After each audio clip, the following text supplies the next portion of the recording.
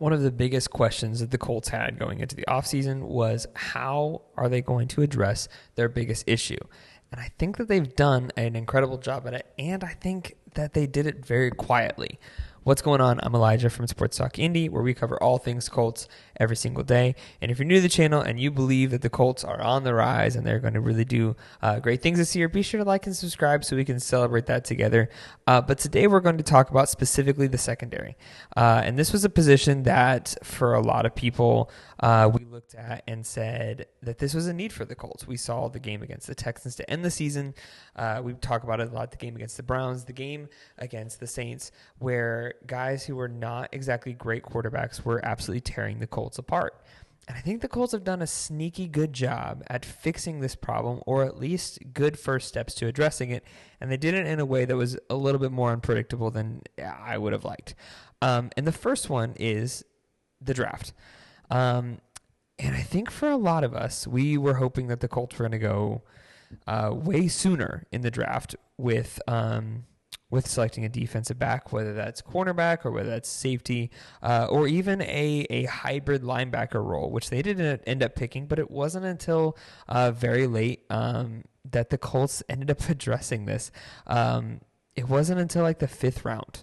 The Colts picked Jalen Simpson, and then Jalen Charles, and then Micah Abraham. But the two that I think are going to have the biggest impact are Jalen Simpson and Micah Abraham. And I have a very specific reason for thinking this, because I think that when you looked at that last game against the Texans, you looked at Juju Brents getting absolutely burned by Nico Collins on just a misread of a route, which is something that you should expect a rookie cornerback to do, especially one that's not drafted in the first round, didn't have a huge following coming into the year.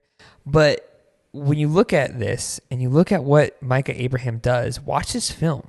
The dude has an incredible ability to play the man, which is, I think, step one in this process of fixing this defensive back room, and that is to eliminate the short passes. The Colts were torn apart on several games by these short passes, specifically in the middle and just right along the outside, whether that's dump offs, whether that's safety valves. By getting a guy like Abraham to counter Kenny Moore, you're going to eliminate a lot of those plays and force guys to have to go deep. Now, if you don't have anyone deep, then you're kind of screwed in that regard. But what the Colts have done is they brought in a guy like Micah Abraham, who's very, very close in size already to Kenny Moore. But what he picks up in differently than Kenny Moore is his speed. The Colts traded away their original sixth-round pick to move up in the third round to select Pittsburgh offensive lineman Matt Gonzalez, and they accumulated the 201st overall selection from Philadelphia. Although the cornerback was viewed from the outside as one of the biggest needs going into the draft, Chris Ballard didn't look to address that position until the fifth and sixth rounds when he took Simpson and Micah Abraham. With the Colts rookie minicamp taking place later this week, we're going to go into a breakdown of Micah Abraham. 5'9", 185 pounds, age 23. From a height and overall athleticism standpoint, he's 5'9", with a relative athletic score of 3.7, which is why I think so many people were surprised that the Colts went after Micah Abraham. And I was too. But then you look at his film and you look at what he's able to do. He's a ball-hawking cover man with an impressive instincts and a rare ball production. Abraham is highly experienced as a wide corner, but lack of size will necessitate him to move to slot.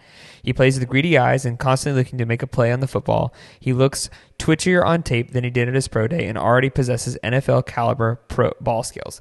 That's incredibly good news for us because, again, he played in that outside, the wide slot. But moving him to a slot, I think, is going to add a ton for the Colts, because I think that Kenny Moore can play more of a hybrid role if he needs to. But I think that like having a guy like Abraham is the first step. The next step, I think, was obviously Jalen Simpson. Jalen Simpson is a much bigger guy and faster. Simpson's listed at 6'0", which again is not big, but bigger than Kenny Moore and Micah Abraham. He's 6'0", 179 pounds, but he ran a 4.45 second 40. Now, this is where I think the deep ball comes into play, because a guy like Simpson who played, he's listed as a safety, but half of his career snaps in Auburn came as a boundary cornerback, with another 307 coming from the slot. So this is a guy who can play all over. And in the Colts defense that typically relies a lot on the slot and the zone, or not slot and zone, but relies on the zone, whether that's cover 3 or cover 2, this is going to be a very important position, whether he's playing at safety or whether he's playing at linebacker. And again, this fills the void that the Colts are facing right now in the safety position. And so we looked at the Colts, and we thought either going Terrion Arnold, we thought they were going another position, honestly. Then they went with Leatu Latu. But when you look at these two guys, on 25 targets, he's an experienced player who played very good ball birds last season, totaling 4 interceptions and 4 pass breakups on just 25 targets. Those are incredible numbers. Jalen Simpson makes up for what Micah Abraham lacks in the RAS score. And here's the third piece to the puzzle. Dallas Flowers. Now, we talk about Dallas Flowers. He was a return man. But his production that he had last year in this Colts defense was actually really, really good. And I think that when you look at him and you look at what he's able to do, obviously Juju Brents is going to develop. We know that. We know guys like Nick Cross are going to step in. But guys like Dallas Flowers, Micah Abraham, and Jalen Simpson, I think are going to have a really, really good impact immediately, day one. And again, the thing that got really, really good, that was noticeably, was the Colts improved their pass rush. And so what they have now is they have a really good pass rush. Leatu Latu's PFF grade is already a 96.3, which is incredible. That's elite numbers. And while I think that the PFF got a lot of the other grades wrong as far as the Colts, as a biased fan, I do think they get Leatu Latu right. And I think it's going to be really exciting to see what he's able to do. But there's another thing that the Colts have that most teams don't. The Colts right now, take Joe Flacco out of the mix just because he skews these numbers a lot. The average age of the Indianapolis Colts, they are the 4th youngest team in football. They only got younger this year in the draft. They didn't add an aging defensive back, although they definitely didn't fan cater there because we were all pushing for it. They're still the 4th youngest team in football, behind the Buccaneers, the Bengals, and the Packers. And then it's the Indianapolis Colts. They only got younger this year, and they only got bigger. The relative athletic score, which we talk a lot about for the Colts because it seems to be the thing that they value the most, the Colts, let me just read you the top 5 in relative athletic score. And right now, mark in the comments who you think the top 5 in relative athletic score is, and we'll see if you're right. Number 5 is the New York Giants at 7.75. Again, this is out of 10. Number 4, the Jacksonville Jaguars at 7.8. Number 3, the New York Jets at 7.88. Number 2, the Philadelphia Eagles at 8.0. And I think that if you look at the Philadelphia Eagles, they have a really comparable score.